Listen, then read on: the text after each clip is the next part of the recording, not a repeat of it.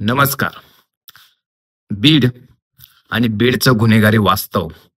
या गुन्हेगारी वास्तवाबद्दल किती आणि काय आणि कुठपर्यंत बोलायचं?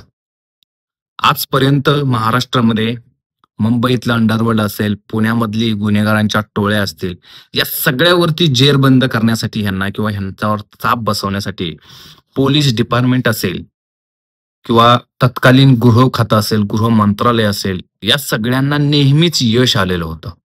म्हणजे जर तुम्ही विचार केला तर 1996ला ज्यावेळेस भाजप शिवसेनेचं युतीचं सरकार आलं होतं. त्या युतीच्या सरकारमध्ये भाजपचे उपमुख्यमंत्री आणि गृहमंत्री होते ते गोपीनाथरावजी मुंडे साहेब आणि शिवसेनेचे मुख्यमंत्री होते ते आपले मनोहर जोशी सर. तर गोपीनाथ मुंडे साहेबांनी ज्यावेळेस त्या म्हणजे त्या एकूणच कॅबिनेटचे ते गृहमंत्री सुद्धा होते आणि त्यांनी क्लिअर पोलिसांना इतका मोकळीक दिली होती. त्यांना पोलिसांना सांगितलं होतं, की मला क्लीन सिटी पाहिजे. मग त्यासाठी तुम्हाला हवे ते करा. तुमचे पूर्णपणे तुम्हाला तुमचे अधिकार आम्ही दिलेले आहेत.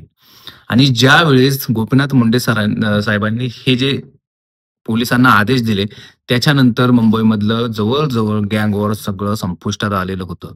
कारण तिथून पुढे एन्काउंटर नावाची गोष्ट अशी काय फोफावली आणि त्याच्यामध्ये अनेक लोकांचे म्हणजे अनेक गुन्हेगारांचे त्या त्या ठिकाणी एन्काउंटर झाले. पण दुर्भाग्य बघा ना, त्याच गोपीनाथ मुंडेंचा मतदारसंघ, ज्या मतदारसंघात त्यांचा खूप पहिल्यापासूनच एक पकड आहे मतदारसंघावरती. आता त्यांची पकड राहिली, नाही राहिली माहीत नाही. इथून पुढे राहील न राहील याची काही गॅरंटी नाही. कारण गोपीनाथ मुंडे साहेबांचा 2014 सालीच त्यांचा मृत्यू झाला आणि त्याच्यानंतर बीडचं पूर्णपणे वातावरण बिघडलं. आज मितीला बीडमध्ये गुन्हेगारांचं एक सिंडिकेट, गुन्हेगारांचं एक साम्राज्य म्हणूनच बीड जिल्ह्याकडे पाहिलं जातं. आणि बीडमध्ये त्यातली त्यात परळीमध्ये. कारण परळीमध्ये गोपीनाथ मुंडे साहेबांची ती परळी वैजनाथ भूमी जी महादेवाचं स्थान आहे त्या ठिकाणी. त्याच ठिकाणी गोपीनाथ मुंडेंनी सुद्धा आपलं करिअर चालू केलं राजकारणातलं आणि ते आजही चालूच आहे. पण या सगळ्या गोष्टींमध्ये गोपीनाथ मुंडे साहेबांचे ज्यांनी वारसा चालवतायत ते धनंजय मुंडे थोडक्यामध्ये. तर धनंजय मुंडेंनी मात्र या सगळ्या गोष्टींचा दुरुपयोग केला. त्यांनी नको तितकं नको त्या लोकांना बळ दिलं, त्यांना अधिकार दिले आणि त्यांना त्या ठिकाणी करण्याच्या संध्या उपलब्ध करून दिल्या आणि त्याच्यामुळं त्या लोकांनी काय केलं तर त्यांना हवं तसं त्यांनी ते सिंडिकेट तयार केलं. त्याच्यामध्येच पहिली गोष्ट जर सांगायची झाली तर वाल्मिक कराड हा त्या ठिकाणी या सिंडिकेटचा राजा झाला. आणि तो इतका फोपवला गेला, त्याचं इतकं साम्राज्य वाढलं आणि तो इतक्या पद्धतीने त्यानं खून खराबे केले. आता हे सगळे आरोप आहेत. सो त्याच्यामुळं केले न केले हा नंतरचा भाग. परंतु वाल्मिक कराडच्या मदतीनं किंवा त्याच्या सांगण्यावरून संतोष देशमुखांचा तर खून झालेला आहे. महादेव मुंडेंचा सुद्धा खून झालेला आहे. त्यामुळे 2 तो खून आता जे आहेत ते आपल्या समोर आहेत, ज्याच्यात ते शिक्षा भोगतायत.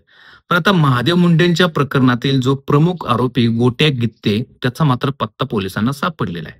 आता गोट्या गित्ते हा जो या सगळ्या गोष्टींमधून कुठेतरी लांब पळण्याचा प्रयत्न करत होता, फरार होण्याचा प्रयत्न करत होता. परंतु त्याने एक व्हिडिओ व्हायरल केलाय. जवळ-जवळ 9 मिनिटांचा तो व्हिडिओ आहे आणि त्या 9 मिनिटांच्या व्हिडिओमध्ये तो रेल्वेच्या पटरीवरती बसलेला आहे तो आणि रेल्वेच्या रुळाच्या मध्ये बसून त्याने तो व्हिडिओ केलेला आहे. म्हणजे तो अत्यंत आयुष्याच्या शेवटच्या गर्तेमध्ये गेलेला आहे. म्हणजे तो पूर्णपणे डिप्रेशनमध्ये गेलेला आहे. त्या व्हिडिओच्या माध्यमातून दिसतं. कारण त्याने जी जागा निवडलेली ती जागाच अशी आहे, की तिथं जणू काही तो आत्महत्या करायला गेला की काय, अशा टाईपमध्ये. परंतु गुन्हेगारांना आत्महत्या वगैरे ते करत नसतात. ते सगळ्या गोष्टींसाठी दादागिरी करतील, पण मरणाला खूप भिणारी जात असते त्यांची. मरणाला खूप भिणारी गुन्हेगार असतात आणि गुन्हेगारांना कुठलीही पर्सनल जात नसते, ती गुन्हेगार एकच जात असते. त्याच्यामुळे प्रत्येक गुन्हेगार हा मरणाला भीतच असतो. अशा पद्धतीनंच गोट्या गीतेत आणि गोट्या गीतेने त्याच्यातून जितेंद्र आव्हाडांना सुद्धा धमकी दिलेली. आणि मग या सगळ्या गोष्टींमधून कुठेतरी प्रश्न निर्माण होतोच की एवढं सगळं असताना मग पोलीस का पकडत नाहीत त्याला? पोलीस आता 9 मिनिटाचा त्याने व्हिडिओ व्हायरल केलाय. मग त्याची ती कुठून व्हिडिओ व्हायरल झाला, ती लोकेशन काय, हे सगळं ट्रेस होऊ शकतं. म्हणजे आता खूप काही पुढे गेलेलं आहे तंत्रज्ञान. आता काय पहिल्यासारखं राहिलेलं नाहीये. सो त्याच्यामुळं आणि आता महादेव मुंडेंच्या प्रकरणामध्ये गोट्या गित्तीने जो काही महादेव मुंडेंचा खून केलेला आहे. आता यासाठी सरकारने एस-आय-टी स्थापन केलेली आहे. राज्याच्या गृहमंत्र्यांनी एस-आय-टी स्थापन केलेली आहे. मुख्यमंत्र्यांनी एस-आय-टी स्थापन केलेली आहे आणि त्याचे प्रमुख पंकज कुमोद सर हे आहेत.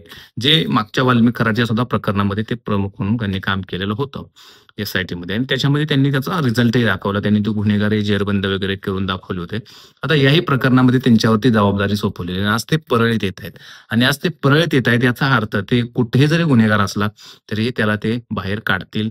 तो आता जिथं गोटे-गीते आहे, तिथून त्याला एक तो ज्या ठिकाणी आहे तिथून 2-4 तासात त्याला उचलला जाईल.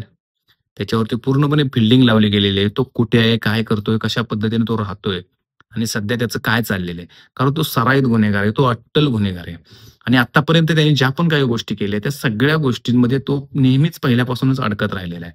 त्याच्यामुळं त्याची ही जी बाजू आहे आणि त्याने त्याच्यामध्ये अजून एक खुलासा केलाय. तो असा खुलासा केलाय, की बाप्पू आंधळेचा खून हा बबन गित्ते यांनी केलेला आहे. आता बबन गित्ते कोण?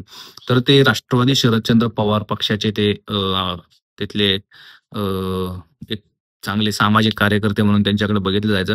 पण बाप्पू आंधळेच्या खून प्रकरणामध्ये सुद्धा बबन गित्तेंना त्या ठिकाणी अडकवण्यात आलेलं आहे आणि गोट्या गित्ते आता सांगताना असं सांगतोय, की बबन गित्तेंनी बी सुद्धा ज्या पद्धतीनं बापू आंधळेचा खून केला होता, तो माझ्या समोर केला होता. माझ्याकडे ते पुरावे आहेत.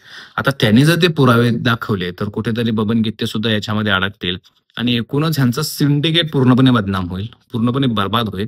असा एक पोलीस ऑफिसर यावा आणि यांनी सगळ्यांना ह्यांच्या जे पण असे अट्टल आहे, ज्यांना वाटतं की आमचं काहीच वाकडं होऊ शकत नाही, त्यांचे धडाधड एन्काउंटर करून टाकावेत. ह्यांना जगण्याची काहीही गरज नाही आणि हे लोकं जगण्याच्या लायकीचे सुद्धा नाहीत.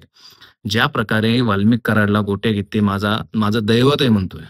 आता त्याच वाल्मिक कराडबद्दल किती काय-काय बाहेर आलेलं आहे सगळ्या आपण लोकांनी पाहिलेलं आहे. त्याच्यामुळे हा दैवत मानतोय म्हणजे ह्याचा देव जोपर्यंत त्यांना कुठली शिक्षा होत नाही किंवा ते कुठल्या शिक्षेस पात्र होत नाही तोपर्यंत हाही त्याची बाहेरून अशीच हवा करणार. तुम्हाला काय वाटतं? धन्यवाद. जय हिंद, जय महाराष्ट्र.